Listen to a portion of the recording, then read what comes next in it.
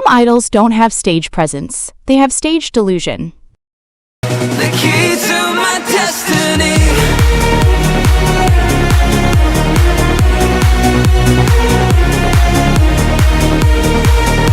But I still hold the key to my destiny.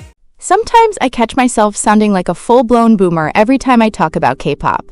And honestly, I'm not even mad about it. Maybe I'm just growing out of the hype. Or maybe I've hit that weird boredom phase nobody warned me about. Yet here I am, still deep in the chaos, still ready to spill tea and drop opinions that'll make you question if I'm sane. What's up, Rogieris? Both the ride-or-die veterans and the fresh faces? I've got more takes that might fry your brain or at least make you raise an eyebrow. So buckle up, because we're diving right in.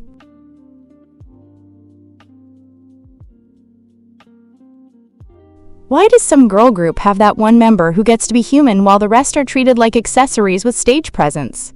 We need to talk about K-pop's frontwoman syndrome, where one girl gets the messy edits, the vulnerable interviews, the she's been through so much narrative, and everyone else is stuck smiling like showroom mannequins. It's not even about who's the best singer or dancer. It's who the label decides gets to be relatable. She gets emotional arcs and screen time that feels like a Netflix character study. Meanwhile, the others?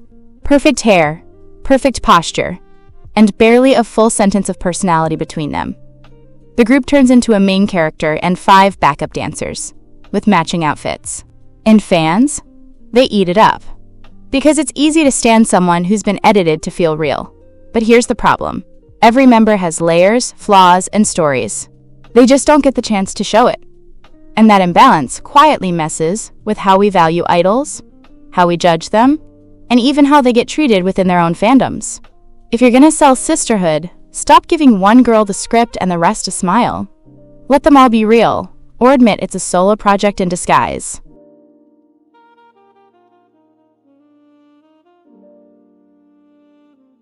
The wildest, most genre-bending K-pop track of the year? It's not on a comeback album. It's buried in a soda commercial. No joke. While idols are busy whispering over safe beats for title tracks, some Pepsi ad just dropped a 30-second audio fever dream with better production than half the Melon chart. Why? Because brands don't care about streaming numbers or making it idol-friendly. They care about sounding luxurious. They want you to associate cola with high-gloss chaos and serotonin. And honestly, it's working. These collabs are weirder, riskier, and somehow more interesting than what labels are serving us. And they're not even trying to be deep. Just expensive. The irony is wild. K-pop built its name on risk, edge, and reinvention, but now it's the CF departments doing the experimenting, while the main labels are playing it safe in fear of losing chart positions. What used to be bold is now beige. So if you're wondering where the creativity went, it's not gone. It's just chilling in a Galaxy Z Flip ad, waiting to be noticed while we keep pretending recycled title tracks are quoth.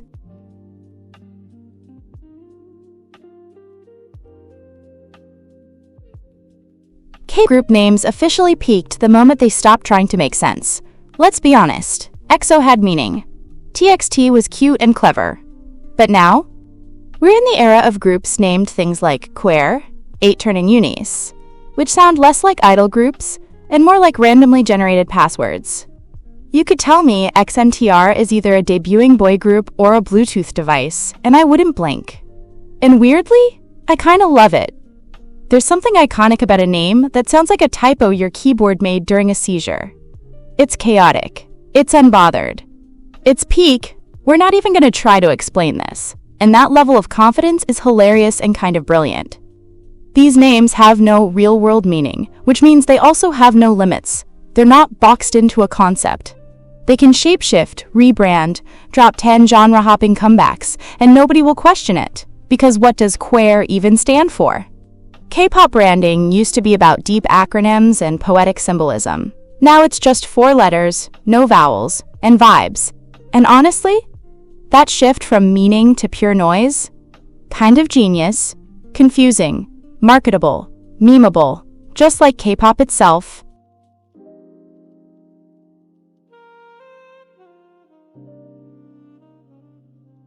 Every generation of K-pop low-key resents the one that comes after it. And if you listen closely, you can hear the generational pettiness baked right into the albums. Second gen set the standard with raw vocals and stage charisma.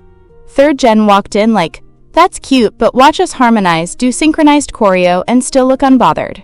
Then fourth gen cranked up the difficulty like they were auditioning for Street Woman Fighter, and now fifth gen? They're just straight up producing sci-fi audio dramas with 30-second beat switches and vocals that sound AI generated in a good way. It's not just innovation, it's legacy warfare. Every gen tries to one-up the last, but instead of saying it out loud, they just flex harder in production. Third gen dropped vocal-heavy bridges like they were doing community service for the second gen stans. Fourth general said, cool harmonies, watch us break our ankles for the choreo. And fifth gen? They're editing reality itself and calling it a comeback. It's hilarious, honestly. The K-pop industry isn't evolving out of peace and love. It's evolving out of spite and competitive pride. And you know what? That's why it stays entertaining. Petty, but still entertaining.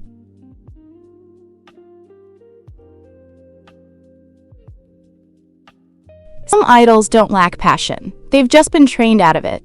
You can't feel the fire because it got smothered somewhere between their 12th monthly evaluation and their 3rd Fix Your Facial Expression class.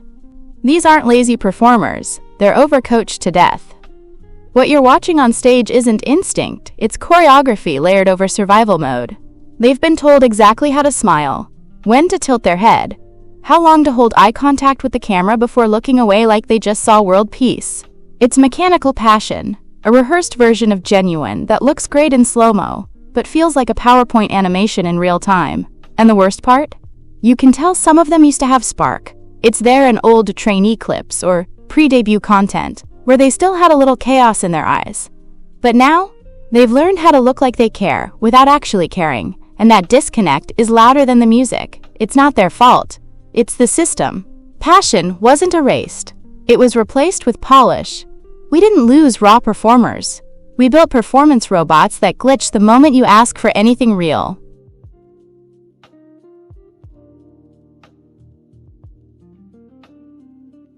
Some don't have stage presence. They have stage delusion. And weirdly, it kind of works. They're not exactly captivating the crowd. They're just performing like the universe already gave them a Grammy and a Netflix documentary. It's not charisma. It's confidence that crossed the line into fantasy. You know the ones. The choreography is mid. The expressions are recycled.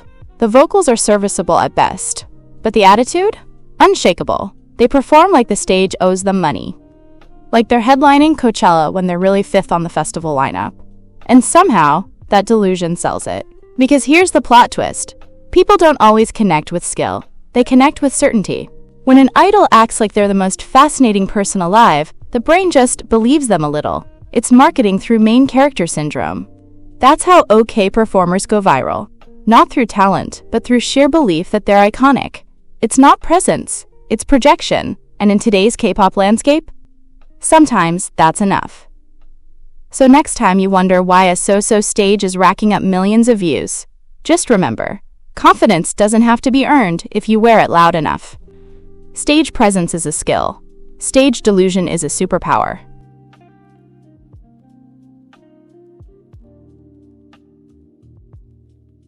New groups have the best lore, and it's because they're completely unhinged in the best way. While Big Four groups are out here spending millions crafting carefully focus grouped multiverses with vague metaphors about growth and destiny, whoops.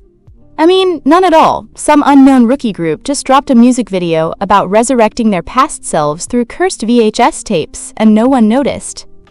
That's real cinema.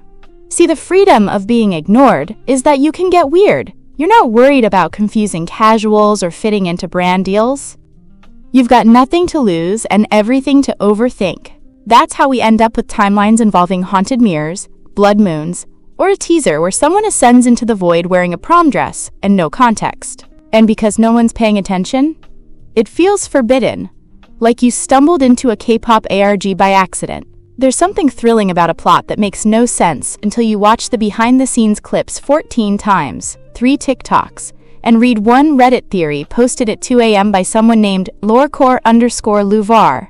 Hee hee! I'm just kidding. Big companies are scared of going full chaos. Nugu groups live in it. Their lore isn't clean. It's cracked. And honestly, I'd rather be confused and entertained then spoon-fed another polished origin story about finding the light. aespa used to have a lore, but I don't even know anymore. Do they still have it, or did SM abandon it? I can't tell.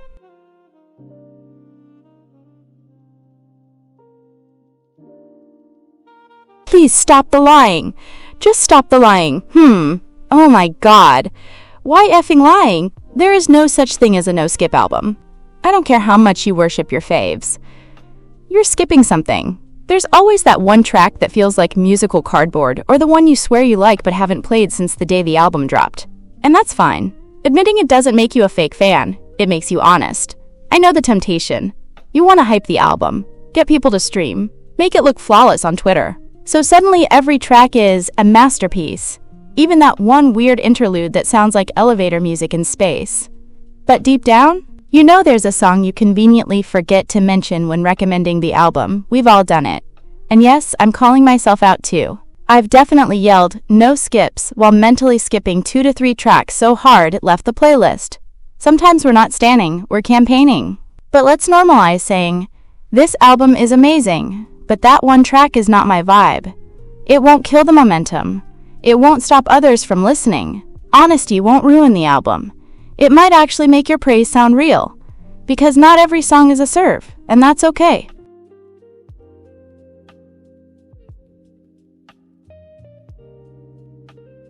You ever notice how that one random track on a K-pop album sounds like it came from an entirely different planet?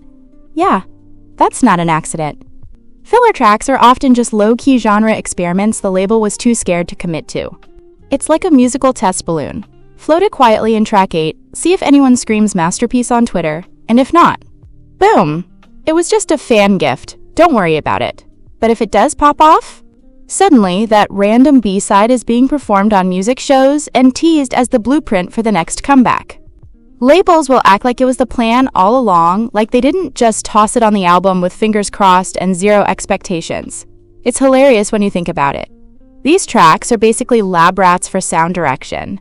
That moody hyperpop interlude, the Jersey Club X-Trot fusion, that lo-fi garage beat with AI-generated whispers, all secret science projects. And we are the data. So next time you hear something strange buried between the obvious title track bait, just know, it might be the label whispering, would you maybe stream this if we made it a concept? It's not filler. It's espionage in MP3 form.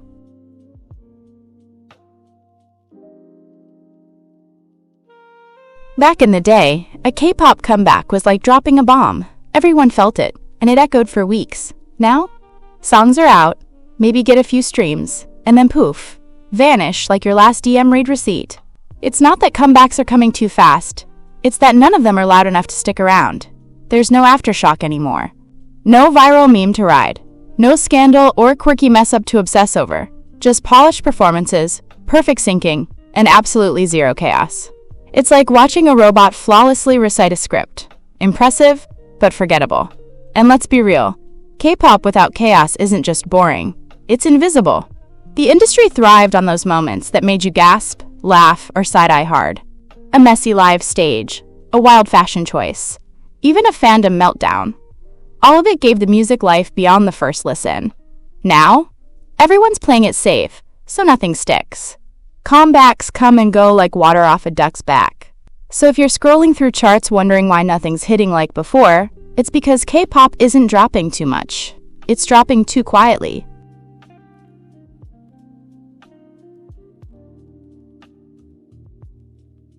I know. Touring is a business. You don't pack stadiums just to hand out free hugs and high fives. The bottom line matters, and making money is part of the game. But here's the thing.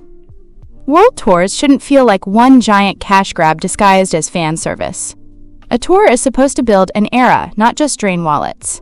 It's the live heartbeat of a comeback, the place where the music, the visuals, and the energy all come alive together. When done right, it's less about selling merchandise and more about creating memories that make fans feel like they're part of something bigger than themselves. But lately, some tours feel like money-making machines, with fewer moments and more merch booths. It's like being sold a ticket to a concert and a timeshare presentation. When tours focus only on profit, the magic gets lost in the shuffle, and so do the fans. So yeah, I get it. Companies need to make bank. But if you're gonna ask us to fly across continents and camp outside venues, make it worth it. Make it unforgettable. Make it more than just a money grab. Otherwise, what's the point? Alright, so what do you think about these opinions? If you're someone who's classy and actually knows how to have a grown-up conversation, then the comments are open for proper debates. No drama, just real talk, LOL. If you enjoyed the video, don't forget to like, subscribe, and hit that notification bell so you don't miss what's coming next. Rogieries. Catch you all next time. Peace out.